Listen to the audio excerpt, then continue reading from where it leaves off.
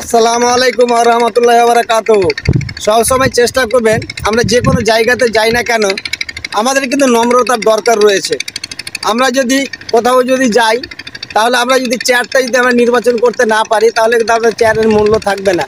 এটা হলো টিচারদের চেয়ার, এটা হলো ছাত্রদের চেয়ার, এটা হলো ছাত্রদের বেঞ্চ। এটা যদি আমরা নির্বাচন করতে না পারি, তাহলে কিন্তু আমরা ঠিকঠাকভাবে আমরা কিন্তু ব্যবহার করতে পারবো না।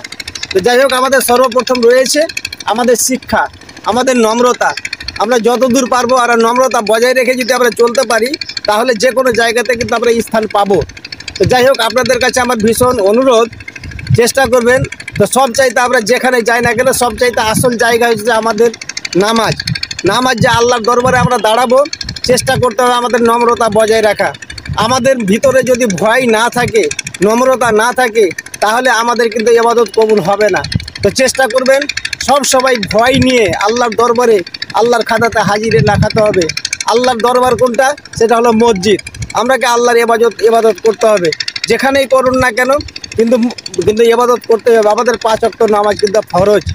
তো নামাজের কিছুটা একটু গুরুত্বপূর্ণ কথা বলছি, সব সময় চেষ্টা করবেন এটাকে আমল করার। যেমন আমরা তাকবীর দিই, তো তাকবীর দেওয়ার সময় আল্লাহু আকবার যখন বলি, আমাদের হাতটা এভাবে কিবলামুখী হয়ে থাকবে। কেউ এইভাবে করে, এইভাবে একটু চেষ্টা করবেন আমল করার। আর একটা কথা বলছি, যে রুকু সেজদা, রুকুর যেটা এই যে কিবলামুখী হাতটা এইভাবে কিন্তু সোজা থাকবে। এই যে ক্যামেরার দিকে দেখেন এইভাবে সোজা থাকবে।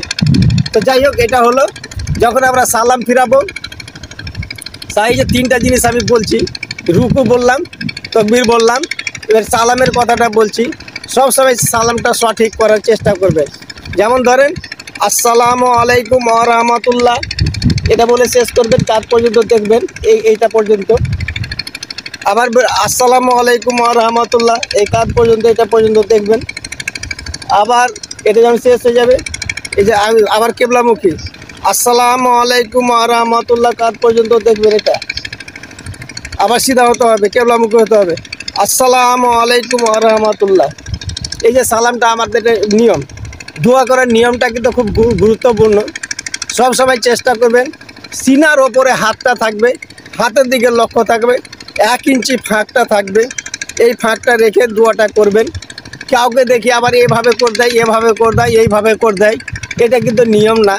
চেষ্টা করবেন নম্রতা বজায় রেখে সিনার ওপরে হাতটা রেখে এই যে দোয়াটা করা। এইভাবে দোয়াটা যখন করবেন, আল্লাহ পাকও খুশি থাকবে, আমরাও খুশি থাকব। যদি হাতটা তুলতেই হয়, তাহলে যেটা বর্ণনা রয়েছে, সব সময় চেষ্টা করবেন সিনার ওপর